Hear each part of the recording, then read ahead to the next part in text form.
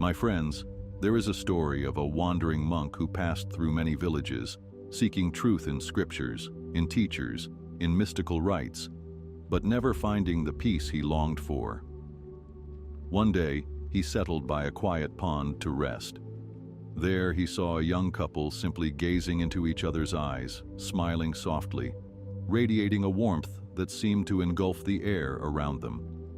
The monk felt a stirring in his heart he could not explain, a moment of absolute presence, no words, no dogma, just a pulsation of pure love.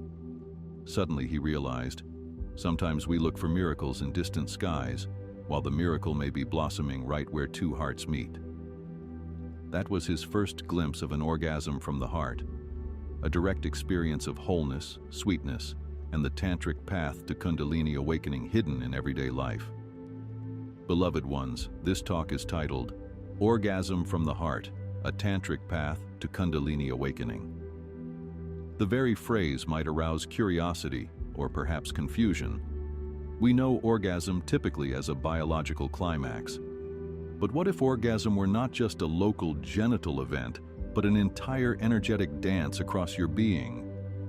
What if orgasm could be as much an experience of the heart as of the body, a wave of expansion that touches the soul? Tantra dares to propose that exact vision. A heart orgasm is not just pleasurable, it is a portal to self-discovery, to dissolving illusions, to tasting that sense of oneness with existence. It has the potential to awaken our dormant Kundalini energy, the cosmic life force coiled at the base of the spine, waiting to be stirred into flow. Many of us feel incomplete. We search for fulfillment in relationships, status, success, only to find that deeper longing remains unquenched. We wonder, who am I beneath these layers of identity? We sense something more is possible, but we are uncertain how to reach it. And sexuality for many is a realm of confusion, sometimes guilt, sometimes fleeting excitement, sometimes vulnerability. Yet sexuality holds a sacred secret. Properly understood, it can be a bridge to transformation, not an obstacle. Tantra invites us to see that deep orgasmic joy, when joined with the heart's openness, can ignite a spiritual awakening. In that merging, love is not desire, love is meditation. Before we go further, let me remind you, do not just believe my words, experience it yourself. That has been my recurring message. Freedom arises from within. No one can give it to you. So, from the start, know there will be a call to action. A moment to close your eyes, breathe, and see if any spark arises within. We are not here merely to gather concepts, but to taste the living flame of truth. Perhaps you wonder, why orgasm from the heart? Because in everyday life, orgasm tends to remain locked in physical tension and release, quickly fading into memory. But a heart-centered orgasm is an expansion that lingers in your being, in your breath, in the very texture of your daily life. It becomes an ongoing delight, not restricted to sexual union alone. It is like Rumi's poetry, where he exclaims, "You are not a drop in the ocean. You are the entire ocean in a drop." That line is not about logic. It is about feeling the immensity that resides within you. But let us step slowly, gently into these waters. First, understand that Tantra is not a license for indulgence. It is not about chasing physical pleasure for its own sake. True Tantra sees sexuality as a gateway, a starting point for exploring the subtle energies that unite body, mind, and spirit. Often, people are taught to repress sexuality or to exploit it. Both extremes trap us in illusion. Tantra suggests a middle path, to harness sexual energy with awareness, letting it lift us into meditation. Freedom arises from within. No one can give it to you, and conscious sexuality can be a powerful step in that direction if approached with reverence. My friend, have you ever asked yourself, am I truly at ease with my body, my desires, my capacity to love? Many of us hide behind shame or fear. We doubt whether we are lovable enough, attractive enough, or worthy enough. We carry deep insecurities, but a heart orgasm is not about how perfect your body is or how well you perform. It is about surrender, about uniting your energy with the flow of existence. That requires a shift from mind to heart. Now let me share a small parable. Once a king asked a sage, "Show me the easiest path to God." The sage gave him a rose and asked him to breathe in its fragrance wholeheartedly. The king closed his eyes, inhaled, and for a moment forgot everything: his throne, his kingdom. That single moment of heartful inhalation was enough to reveal a deeper dimension. The sage smiled and said, "God is not an object far away. God is in your full presence." Orgasms from the heart are precisely that level of presence, a total immersion in the now. They teach us that love, truly lived, is the highest prayer. Let us talk about the Kundalini dimension. Kundalini awakening is often described as a serpent rising through the chakras, energy centers, in the subtle body, culminating in states of expanded consciousness. Some try complicated yoga postures, mantras, or breathwork to awaken this force. Such methods can help but risk becoming mechanical if the heart is not engaged. When orgasm is anchored in love, when it extends beyond mere lust, it naturally catalyzes Kundalini. The body's energy channels open, and the heart's warmth guides that serpent upward. You feel an electrical or fiery sensation, a wave that flows from your pelvic region to your heart, and possibly beyond to your crown, uniting heaven and earth within you. Yet do not imagine it as a fireworks display you can force. The moment you chase orgasm or try to push energy upward, tension arises. True Tantra is about relaxation into awareness. It is about letting the wave carry you, trusting that existence knows how to dance through you. That trust is part of the letting go Osho often spoke of. Observe, be awake, he would say, and let nature's intelligence do the rest. In that gentle approach, freedom arises from within. No one can give it to you. Now, you might ask, how does one practically move from normal sexual experience to a heart orgasm? It begins not in the bedroom, but in your daily life. Approach your partner, or even the world, less as an object to be used, more as a sacred presence to be cherished. Connect through the eyes, let your breathing synchronize gently, place your hand on your own heart, feel it beating. Let love be more than a pursuit of pleasure. Let it be an offering, a prayer, a moment of deep communion. Next time you embrace, pause. Do not rush to the usual patterns. Feel the warmth of the other's body. Sense the pulse in their chest. Become aware of any subtle trembling in your own. That is meditation. That is the beginning of a tantric path. But you do not need a partner to cultivate heart orgasm. Even in solitude, you can melt into love for yourself, for existence. Sit quietly. Place a hand over your heart center. Breathe in deeply. Exhale slowly. And visualize a soft golden light expanding from your heart in all directions. Let that warmth fill your entire being. Notice if any tears come, or smiles arise spontaneously, or if you feel a gentle tingling up your spine. That is the first taste of inner orgasmic flow. No physical friction needed, only the expansion of love. This is the revelation that love is not desire, love is meditation. Of course, sexual union can amplify this process, but the principle remains the same. Watch, relax, and open. Surrender to the wave. Do not try to control it. A heart orgasm does not necessarily lead to typical sexual climax. It might even bypass it. It can manifest as trembling in the chest, an overwhelming sensation of gratitude, a merging with your partner's energy fields, or a meltdown of emotional barriers that once kept you separate. In that sense, orgasm from the heart reveals to you that oneness is not a theory, it is a felt experience. Let me also bring in a quote from the Upanishads. In the depths of the heart, there is a secret cave. In that cave dwells the fullness of the universe.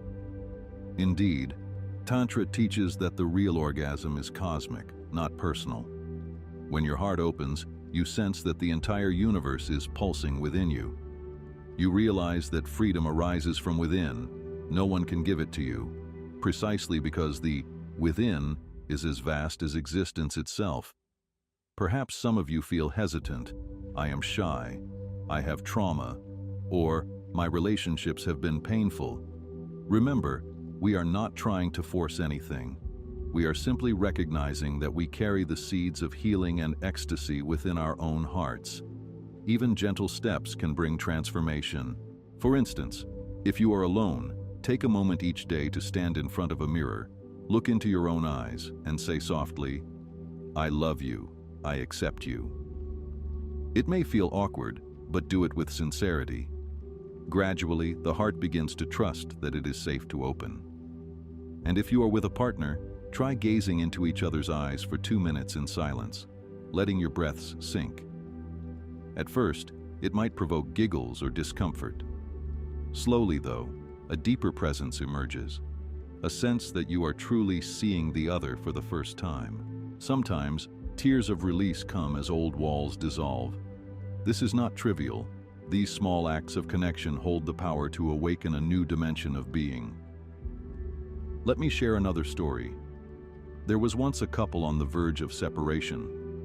They came to a master for guidance. He did not lecture them on morality or compromise. Instead, he invited them to sit, hold hands, close their eyes, and simply breathe together. The couple followed his instructions reluctantly, but within minutes, they both started weeping. They felt a channel open between them that had been blocked by anger, pride, and misunderstandings. In that moment, a spark of love returned, a realization that behind the stories and judgments, they were two hearts longing to beat as one. That is the healing dimension of a heart orgasm, not always sexual, but deeply intimate, profoundly spiritual. Now, you may ask, but where does Kundalini awakening fit in? My friend, once the heart is awakened, the energy naturally ascends. The heart center is a gateway connecting the lower chakras, which deal with survival, desire, and will, with the higher chakras, which relate to expression, intuition, and transcendence. When the heart center is luminous, it draws the Kundalini upward like a magnet.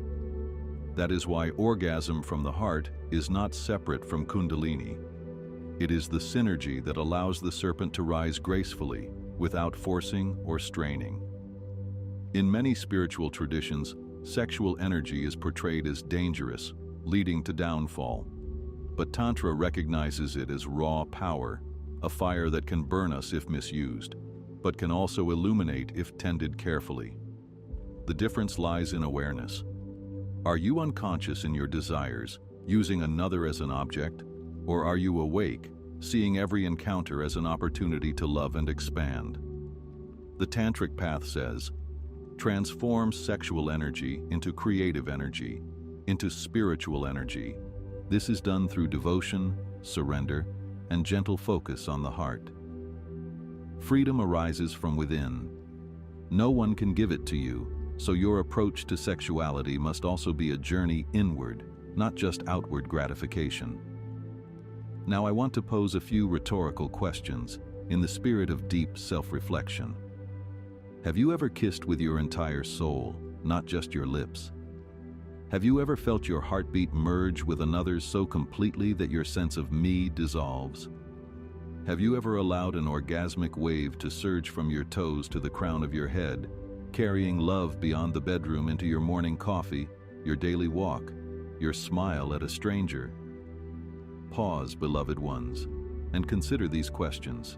They point to experiences that cannot be explained purely intellectually.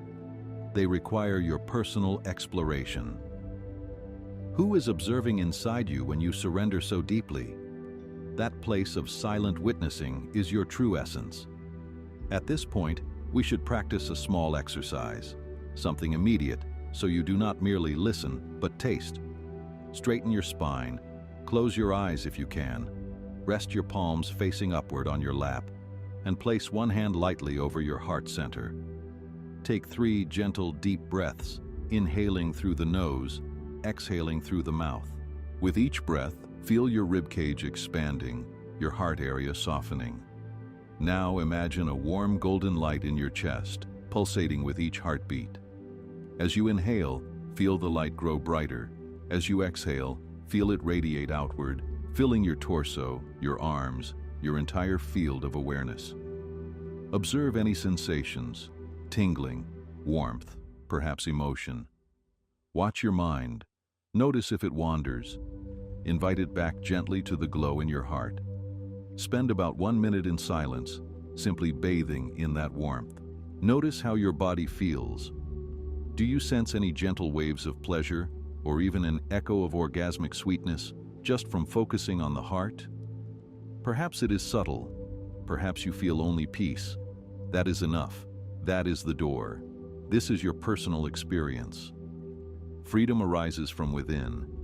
No one can give it to you, and no one can take it away. The key is to cultivate this presence daily.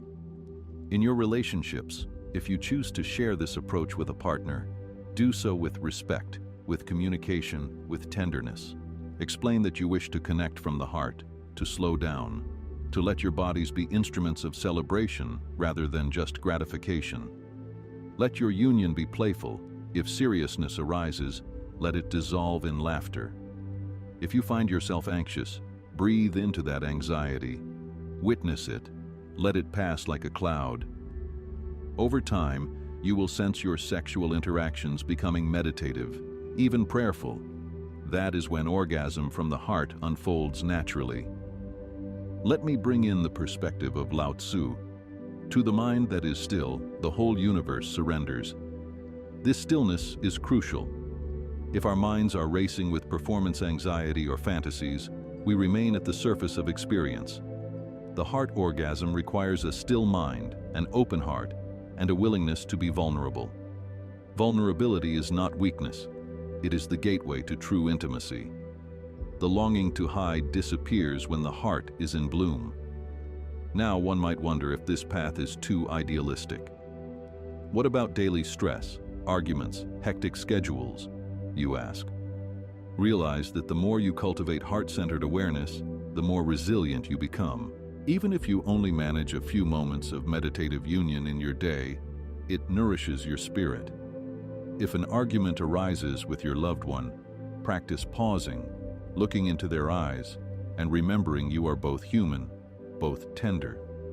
If you can spontaneously recall that intimacy is bigger than your quarrel, you might find yourself moving from conflict to compassion. This is how sexuality, love, and meditation merge into everyday life. Consider also the significance of compassion for yourself. Many of us carry baggage from past experiences, pain, regret, or illusions about what sexuality should be. Release that baggage. You are unique, your partner is unique, and each moment is a fresh creation. Approach it with a beginner's mind. Let the orgasm from the heart be a new exploration every time, not a mechanical repetition. Freedom arises from within. No one can give it to you. So each encounter with your own body or with another is a chance to rediscover the infinite capacity for delight that you hold. Sometimes people imagine Tantra as a purely sexual system, but that is a misconception. Tantra is about weaving every aspect of life into a tapestry of awareness. Eating, walking, breathing, sleeping, everything. Sexuality is only one thread, albeit a powerful one. By experiencing a glimpse of heart orgasm, we realize that the ecstasy we seek is not locked in fantasies or fleeting bodily peaks. It is already our natural state, revealed when we become one with the present moment. Let me share a cautionary note. If you attempt to artificially prolong or intensify sexual experiences just for more sensational pleasure, you might move away from the heart and back into the mind's games. The mind wants bigger and better fireworks. The heart wants deeper and truer connection. So keep returning to the heart. Let your love become an offering. If you are alone, let your solitude become an offering too. Feel the cosmic embrace that is always available to you. In that sense, orgasm from the heart is beyond personal or interpersonal. It is communion with existence itself. Jesus said, "Blessed are the pure in heart, for they shall see God." Purity here does not mean moral judgment. It means a heart free of fear and full of presence. When the heart is pure, it becomes a mirror reflecting the divine. Whether you use the word God or not, the essence remains. A heart orgasm is a glimpse into the sacred. We might also note that in the process, emotional blockages may surface, old grief, anxiety, unhealed wounds. Instead of labeling them as negative, see them as part of the cleansing. As sexual energy merges with the heart, it has the power to stir up repressed feelings. Let them come. Let them be witnessed. Cry if you must. Tears are a healing flow. Laugh if sudden joy arises. The more you accept these currents, the smoother your journey into the deeper realms of tantric awakening. Now, I encourage you, do not simply treat this as an interesting discourse. Transform it into a living experiment. Even if you do not have a partner, you have a heart, you have breath, you have the capacity to place a hand on your chest and feel the subtle vibrations of life. That is enough to begin. In the mundane moments, waiting in line, washing dishes, or falling asleep, bring your attention to your heart center. Breathe softly. Imagine it glowing. Notice if a slight trembling of joy arises. Over time, these micro-moments accumulate into a lifestyle of presence, a readiness for a more expanded, orgasmic experience. Let me also remind you, I am not your teacher giving commandments. I share what I have known, but you must discover for yourself. That is authenticity. No dogma can replace your direct insight. Freedom arises from within. No one can give it to you. So remain playful, remain experimental, remain watchful. As you do, your relationships will shift, your creativity may blossom, and perhaps you will find that you laugh more easily at life's little dramas. Because once you have tasted that the center of your being is love, many of the superficial concerns fade away. Consider a final anecdote. A traveler once asked a wise woman, "Where shall I find heaven?" She replied, "Heaven is in the arms of the beloved." Puzzled, he asked, "But I have no beloved." She smiled. "Then heaven is in the arms of your own heart." Indeed, the beloved is not always external. The beloved can be your deepest self, your own presence. And when you do meet someone special, that belovedness overflows between you both, creating a synergy of ecstasy. Now, I invite you to a slightly longer meditation or reflection. Find a comfortable seated posture, spine upright, eyes closed. Take a moment to exhale all tension, inhaling slowly. As you breathe, let your attention move between your pelvic region and your heart center, as if you are drawing energy upward with each inhale, letting it gently settle into the heart on each exhale. Visualize a warm pink or golden light traveling up, filling the heart. If at any point you feel a subtle tingle or wave, just watch it lovingly. If emotions arise, let them be. Remind yourself, love is not desire, love is meditation. Freedom arises from within. No one can give it to you.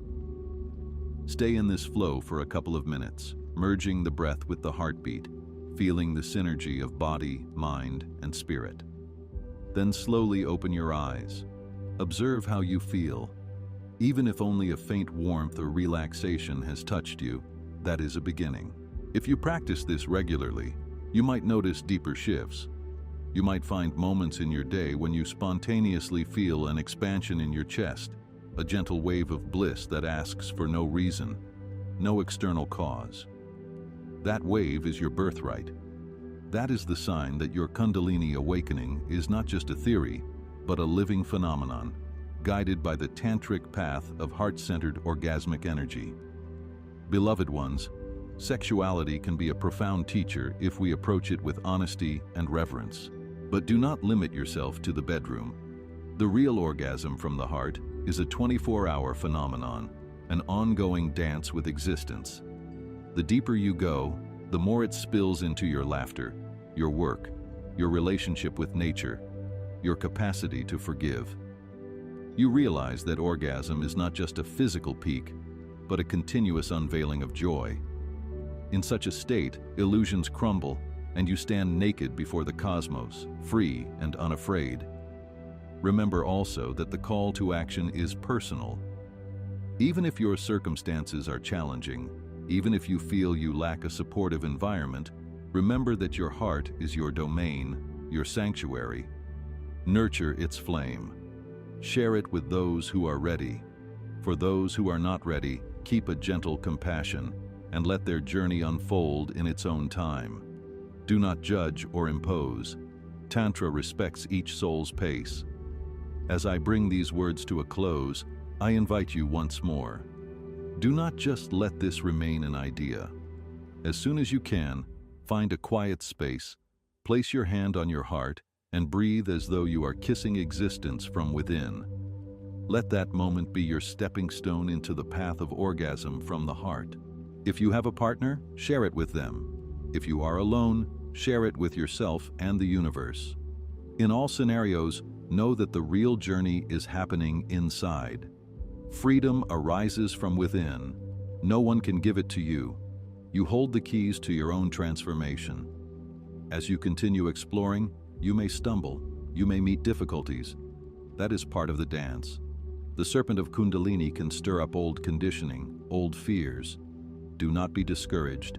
Gently continue. Seek support if needed, from a friend or a mentor who resonates with these truths.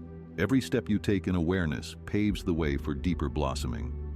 So, beloved ones, let us celebrate life in every breath. Let us dare to transform sexuality into a doorway to the divine, to realize that orgasm can be more than a fleeting sensation. It can be a taste of eternity. Let us embrace the heart as the epicenter of this revelation. And let us remember that the Kundalini serpent awaits our readiness to merge body, heart, and spirit into one harmonious flow. Take these reflections with you into your daily living. Let them seed your conversations, your silent moments, your nights of tenderness, and your mornings of renewed wonder. And always come back to the essential phrase that resonates in so many traditions. Observe, be awake. No matter what arises, pleasure, pain, bliss, or confusion, keep observing, keep being awake. In that watchfulness, the heart's orgasm finds fertile ground to awaken, and your entire being becomes a temple of love. I thank you for listening with openness, for letting these words enter your heart. May you discover the orgasmic potential of your own heart, the tantric path that liberates the coiled energies within you, the power to transform every ordinary moment into a celebration of being alive. And may you remember, now and always, freedom arises from within. No one can give it to you. Claim it, live it, and share it with the world.